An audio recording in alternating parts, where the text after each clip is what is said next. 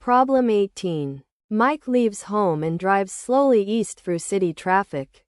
When he reaches the highway, he drives east more rapidly until he reaches the shopping mall where he stops. He shops for an hour, then returns home by the same route, driving west rapidly along the highway and then slowly through city traffic.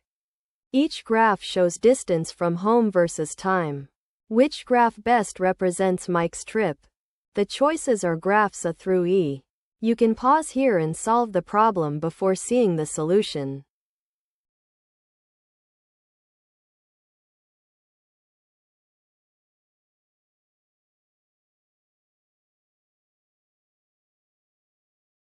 Going out, gentle slope, then steep, a flat hour at the mall.